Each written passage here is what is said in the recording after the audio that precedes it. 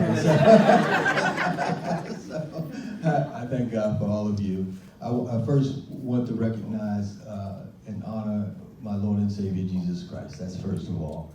And then my family, my wife especially, who's always had my back. And as you all know, they say behind every good man is not just a good woman, but probably the best woman. And she's been there for me. My granddaughter was here, she had to leave.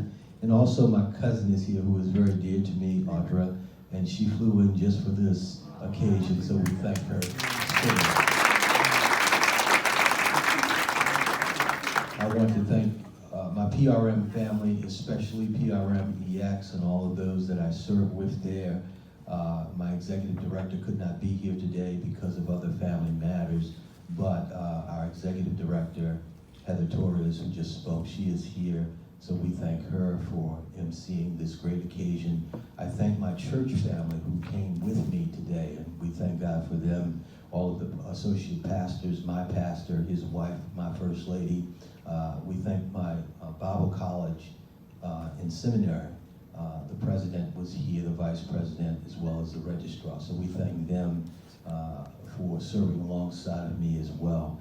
But I just thank you all so much for this great occasion, all of the wonderful food, the great preparation. And so I have to take my hat off to Glenda Davis.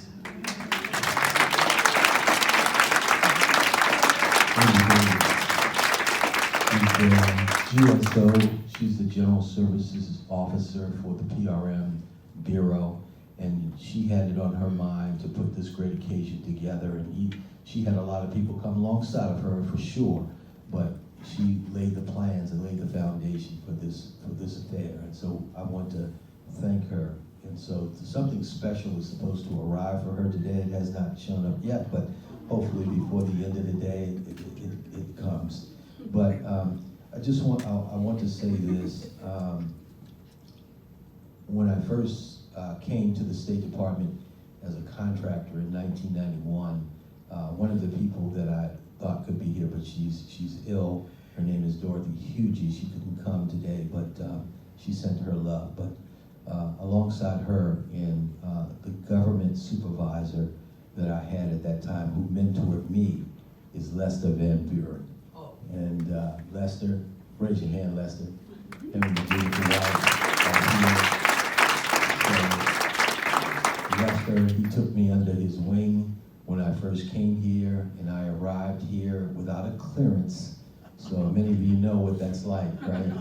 And so since I didn't have a clearance, they put me in a classroom, and I had to live in that classroom 9 to 5 every day. And that room is in our main building.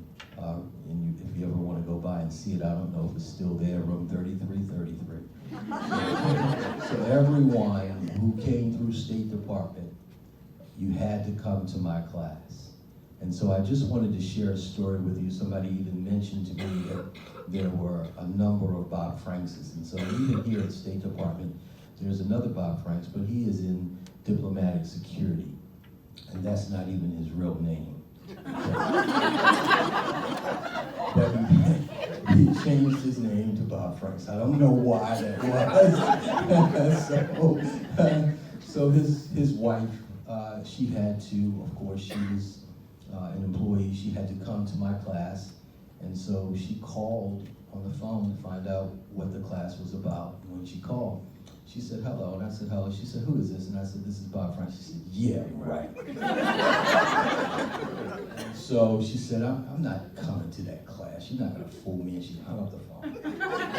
And then she found out that it was a real class. It wasn't just a prank, and she had to show up. So she showed up in the class, and she was just as red as she could be. And she came in, she was apologizing up and down for thinking that I was her husband trying to play a trick on her. But that was not the case.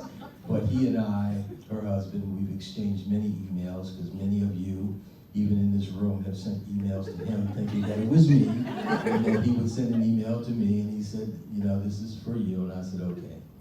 But one day, I received a package.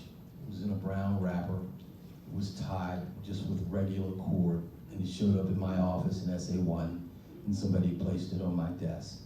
And I came into the office and I turned around and I walked the other way. What is this? And so I said, that's probably not for me. And I saw some writing on it, and I said, that's probably for the other Bob Franks. And so I went across the hall and I told somebody that there was a package for him, and they sent a squad of people over to pick up the package, and they took it somewhere. I don't know where they took it, but I didn't receive it. But many other gifts that was for him, they came to me, so I gladly received them. So I said, thank you very much. And so we kept on moving forward. But I thank all of you so much for taking the time out of your day just to say thank you to me.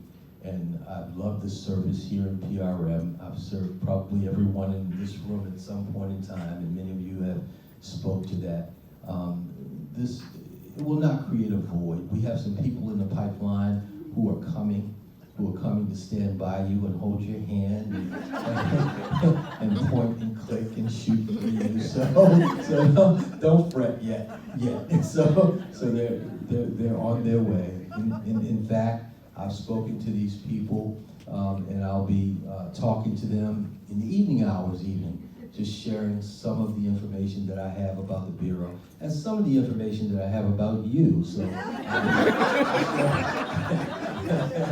sharing those things so that they know what to expect when they arrive, and they won't be caught off guard. But yeah, so they're ready to serve. These are people of commitment, and they're ready to serve you, and they know what PRM is all about, and they're ready to, take that handoff from me to them and continue to serve. So I thank you so much. Thank you.